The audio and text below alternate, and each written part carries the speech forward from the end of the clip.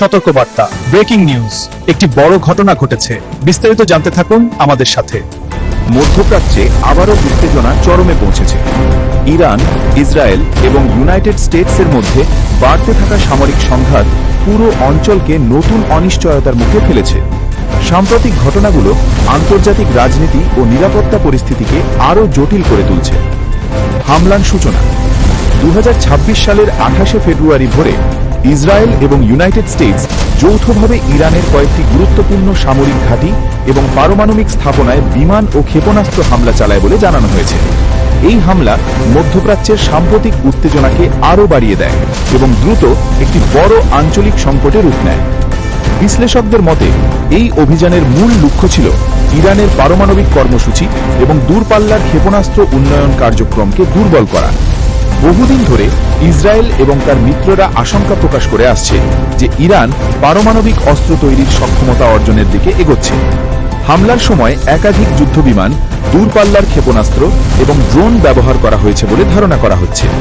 লক্ষ্যবস্তু ছিল ইরানের সামরিক স্থাপনা, ক্ষেপণাস্ত্র সংরক্ষণ কেন্দ্র এবং পারমাণবিক গবেষণাগার।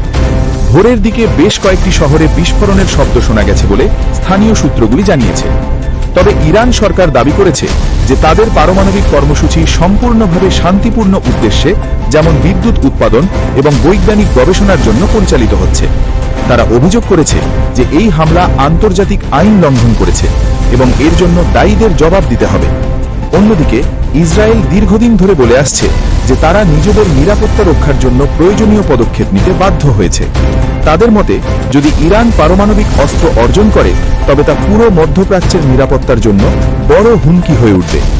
এই হামলার পরই মধ্যপ্রাচ্যের পরিস্থিতি দ্রুত উত্তপ্ত হয়ে ওঠে এবং কয়েক ঘন্টার মধ্যেই পাল্টা সামরিক পদক্ষেপের আশঙ্কা তৈরি হয়, যা পরবর্তীতে বাস্তবে রূপ নেয়। ইরানের পাল্টা হামলা। হামলার কয়েক ঘন্টার মধ্যেই ইরান দ্রুত পাল্টা প্রতিক্রিয়া জানায়।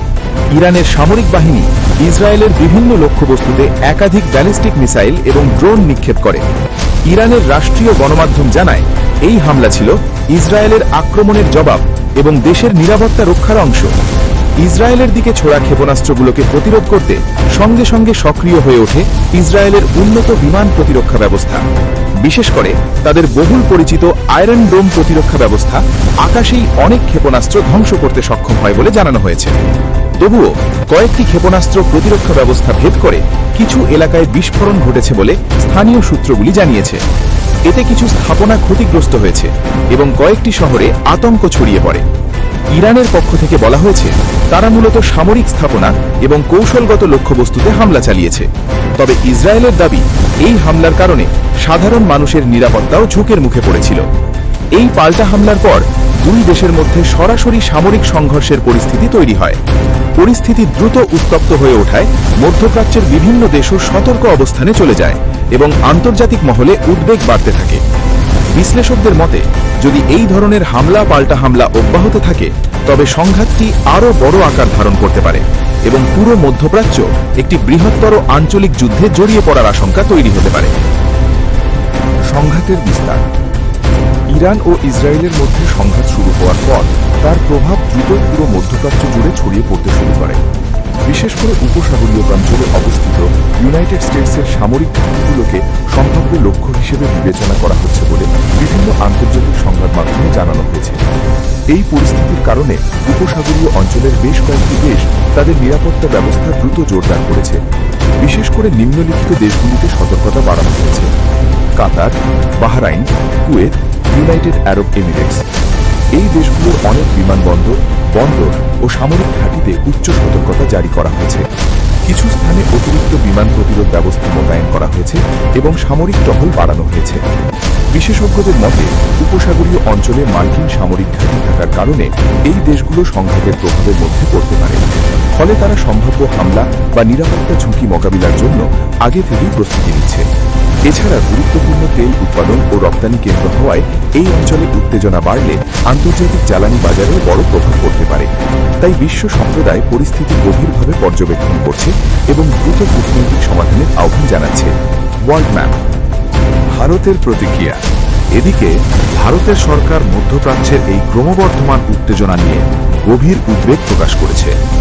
ভারতের পররাষ্ট্র মন্ত্রণালয় এক আনুষ্ঠানিক বিবৃতিতে সব পক্ষকে সংযম প্রদর্শন এবং কূটনৈতিক আলোচনার মাধ্যমে সংকট সমাধানের আহ্বান জানিয়েছে। বিবৃতিতে বলা হয়েছে, ইরান ও ইসরায়েলের মধ্যে চলমান সংঘাত যেন বড় আকারের আঞ্চলিক যুদ্ধের রূপ না নেয়, সেজন্য আন্তর্জাতিক সম্প্রদায়কে দ্রুত পদক্ষেপ নিতে হবে। ভারত সবসময় শান্তিপূর্ণ সমাধান এবং সংলাপের মাধ্যমে আন্তর্জাতিক বিরোধ নিষ্পত্তির পক্ষে।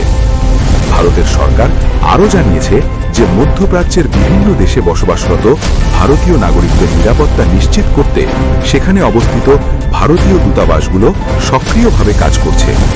নাগরিকদের সঙ্গে নিয়মিত যোগাযোগ রাখা হচ্ছে এবং তাদের প্রয়োজনীয় পরামর্শ দেওয়া হচ্ছে। এছাড়াও জরুরি পরিস্থিতিতে দ্রুত সহায়তা দেওয়ার জন্য একটি 24 ঘন্টার বিশেষ নিয়ন্ত্রণ কক্ষ চালু করা হয়েছে। এই নিয়ন্ত্রণ কক্ষের মাধ্যমে বিদেশে থাকা ভারতীয়রা প্রয়োজনীয় তথ্য ও সহায়তা পেতে পারবেন। সরকার ভারতীয় নাগরিকদের পরিস্থিতি সম্পর্কে সতর্ক থাকতে এবং প্রয়োজনে স্থানীয় কর্তৃপক্ষ ও ভারতীয় দূতাবাসের নির্দেশনা মেনে চলার আহ্বান জানিয়েছে। বিশ্ব অর্থনীতিতে সম্ভাব্য প্রভাব। বিশেষজ্ঞদের মতে, ইরান ও ইসরায়েলের মধ্যে সংঘাত দীর্ঘস্থায়ী হলে তার প্রভাব শুধু মধ্যপ্রাচ্যেই সীমাবদ্ধ থাকবে না, বরং পুরো বিশ্ব অর্থনীতির ওপর বড় ধরনের প্রভাব পড়তে পারে। বিশেষ করে জ্বালানি বাজার, আন্তর্জাতিক বাণিজ্য এবং আর্থিক স্থিতিশীলতার ওপর এর প্রভাব পড়ার আশঙ্কা রয়েছে। তেলের দামের ওপর প্রভাব। মধ্যপ্রাচ্য বিশ্বে অন্যতম বড় তেল উৎপাদনকারী অঞ্চল। এই অঞ্চলে উত্তেজনা বাড়লে আন্তর্জাতিক বাজারে তেলের সরবরাহ নিয়ে অনিশ্চয়তা তৈরি হয়। এর ফলে তেলের দাম দ্রুত বেড়ে যেতে পারে। তেলের দাম বাড়লে বিশ্বের অনেক দেশের পরিবহন খরচ, বিদ্যুৎ উৎপাদন ব্যয় এবং পণ্যের দামও বেড়ে যেতে পারে। সমুদ্রপথে বাণিজ্যের ঝুঁকি।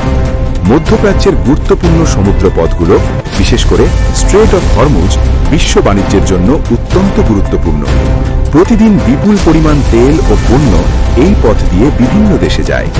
যদি সংঘাতের কারণে এই পথগুলো ঝুঁকির মুখে পড়ে বা সাময়িকভাবে বন্ধ হয়ে যায়, তাহলে আন্তর্জাতিক বাণিজ্যে বড় ধরনের বিঘ্ন ঘটতে পারে। বৈশ্বিক অর্থনৈতিক অস্থিরতা। যুদ্ধ বা বড় ধরনের সামরিক সংঘাত সাধারণত বিশ্ব অর্থনীতিতে অনিশ্চয়তা তৈরি করে। বিনিয়োগকারীরা ঝুঁকি এড়াতে বিনিয়োগ কমিয়ে দিতে পারেন, যার ফলে আন্তর্জাতিক শেয়ার বাজারে অস্থিরতা দেখা দিতে পারে। এছাড়া অনেক দেশকে তাদের প্রতিরক্ষা ব্যয় বাড়াতে হতে পারে, যা আর্থিক চাপ আরও বাড়াতে পারে। বিশ্ব রাজনীতিতে ইরান এবং ইসরায়েলের দ্বন্দ্ব বহু দশকের পুরনো। বিভিন্ন সময়ে দুই দেশের মধ্যে রাজনৈতিক উত্তেজনা, কূটনৈতিক বিরোধ এবং পরোক্ষ সংঘাত দেখা গেছে। তবে সাম্প্রতিক মামলিক হামলা ও পাল্টা হামলার ঘটনাগুলো পরিস্থিতিকে আরও জটিল ও উদ্বেগজনক করে তুলেছে। বিশেষজ্ঞদের মতে, এই সংঘাত যদি দ্রুত নিয়ন্ত্রণে না আসে, তাহলে তা মধ্যপ্রাচ্যের আরও অনেক দেশকে প্রভাবিত করতে পারে। এর ফলে পুরো অঞ্চল একটি বড় আকারের আঞ্চলিক সংঘাতে জড়িয়ে পড়ার ঝুঁকি তৈরি হতে পারে। এই পরিস্থিতিতে আন্তর্জাতিক সম্প্রদায়, বিশেষ করে ইউনাইটেড নেশনস এবং বিভিন্ন বিশ্ব শক্তি কূটনৈতিক উদ্যোগ বাড়ানোর চেষ্টা করছে। তাদের লক্ষ্য হল সংলাপ ও আলোচনার মাধ্যমে উত্তেজনা কমানো এবং সম্ভাব্য বড় যুদ্ধ এড়ানো।